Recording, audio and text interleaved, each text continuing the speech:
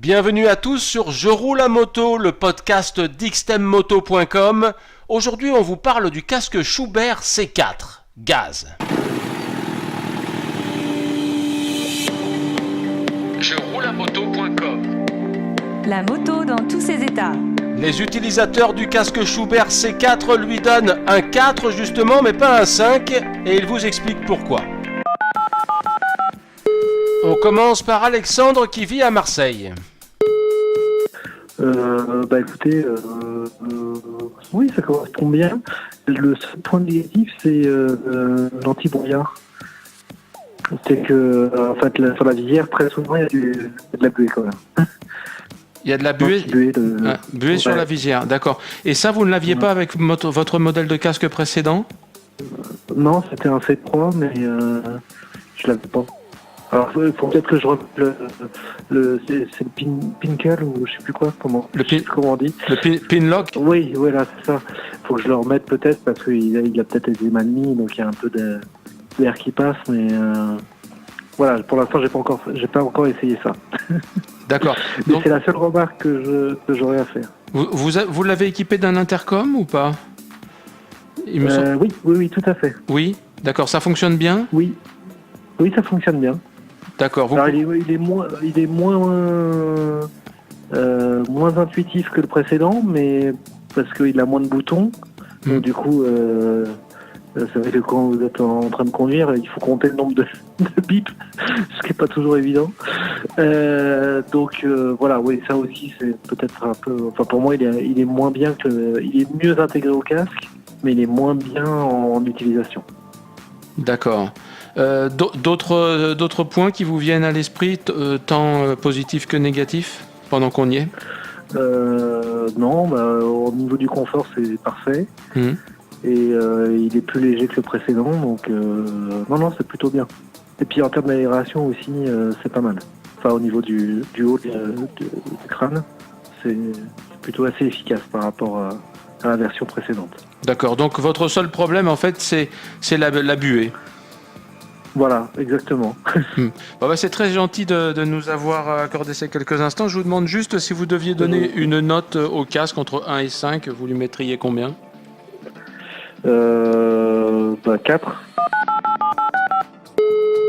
On passe à Michel qui vit dans le 91.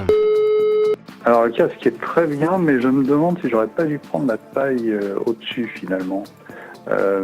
J'ai l'impression qu'il est pas taillé. J'avais un C3 Pro avant, et j'ai l'impression que alors il est très confortable, il n'y a pas de problème, mais quand j'ai fait un long voyage, enfin j'ai fait un gros, j'ai fait 1000 bornes cet été, et j'avais un peu les oreilles. Alors je venais de l'avoir, hein, peut-être qu'il faut le temps que ça se fasse ou pas, je sais pas, mais j'avais un peu la tête qui me semblait un peu serrée. En dehors de ça, elle est vraiment très confortable et puis j'apprécie beaucoup le fait de ne pas avoir de micro devant la bouche ou de trucs qui enflent derrière, dans le cou, des fils qui passent derrière. Je trouve que c'est bien vu ce truc-là. Voilà. D'accord, donc vous l'avez équipé donc d'un intercom, il fonctionne bien ? Oui, mais il est pas simple. Alors quand en plus j'ai acheté le truc au guidon là, mais que j'utilise pas souvent, parce que pour le mettre, l'enlever, ça me gonfle un peu. C'est pas très facile d'accès. Ça fonctionne très bien, mais par contre, les manip sont pas très faciles à mémoriser. Savoir comment choisir quand on veut rappeler quelqu'un, appuyer 5 fois sur un bouton, ensuite ça c'est pas très très ergonomique. C'est bon, il manque de boutons, donc c'est sûr qu'il faut trouver les trucs, mais à chaque fois, entre les deux, en plus, qui n'ont pas les mêmes séquences, entre le truc au guidon et le truc sur le casque, qui n'ont pas les mêmes séquences, ça veut dire que c'est pas très très bien vu. L'ergonomie du système n'est pas très bien vue. En revanche, l'ergonomie, les commandes ne sont pas très faciles d'accès. Il faut vraiment mémoriser les trucs et puis y aller à tâtons pour se rappeler ce qu'il faut faire pour pouvoir taper un numéro ou faire des choses. Enfin bon, je me sers que pour le téléphone, j'écoute pas la radio en roulant. C'est pas très simple. Sinon, la qualité est bonne. La qualité d'écoute, je trouve qu'elle est très bonne. Et quand on arrive à passer l'écoute qu'on veut, il n'y a pas de problème. Bon. Et est-ce que vous avez des problèmes de buée ? Je vous pose la question parce qu'il y a un client précédent qui m'a dit qu'il en avait. Non, j'ai pas de problème. Je suis un petit peu déçu sur un point. Je pensais qu'ils avaient résolu le problème du C3, à savoir qu'on ne peut pas tenir un peu la visière ouverte, que ça se refermait, enfin, dès qu'on dépasse les 80, 100, ça se ferme avec le vent. Ça tient un peu plus, on peut dépasser un petit peu le 100, mais ça finit par se claquer sur le bec, et c'est toujours un peu Pourtant, dans ce que j'avais lu, ils disaient qu'ils avaient résolu ça et qu'on pouvait le maintenir ouvert maintenant. Bon, on peut le maintenir ouvert, mais il ne faut pas rouler très vite. Bon, jusqu'à 80, ça va au-delà, compliqué. Mais sinon, non, j'ai pas de buée. Alors, compte tenu Voilà. de tous ces paramètres, vous lui donnez combien de 1 à 5 à ce casque comme évaluation finale? Ouais, je dirais bien un bon 4, hein. Ouais, un bon 4. La parole passe à Xavier qui vit à Cannes. Plutôt positif. C'était votre premier, Schubert? Non, j'avais le C3 avant. D'accord, et donc par rapport au C3, est-ce que vous êtes satisfait des améliorations Je trouve que je le trouve un peu bien sonorisé. En tout cas, on entend beaucoup mieux quand on téléphone. Maintenant, je trouve que la partie commande avec le Bluetooth, je trouve que c'est pas encore abouti. Par exemple, avec mon C3, je pouvais commander mon Samsung directement à la voix. Là, c'est pas possible, ça marche pas.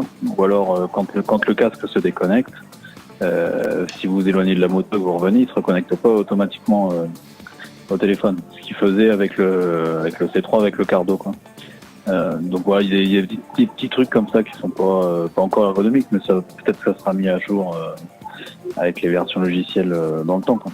Ok, donc si vous deviez donner une note de 1 à 5 au produit, en tenant compte de ce que vous venez de me dire? Je mettrais 4. Et on termine par Arnaud qui vit à Poissy. D'accord, alors les points positifs, c'est une meilleure visibilité, l'écran est plus large, on voit mieux. Oui, j'ai oublié, j'ai la radio intégrée. D'accord. J'ai pris le module radio, donc ça c'est super aussi. Tout est encastré dedans. Le point négatif, c'est que j'ai un peu de buée. Voilà, et l'utilisation du pin lock ne résout pas ce problème alors? Non, ça me met de la buée sur le bas.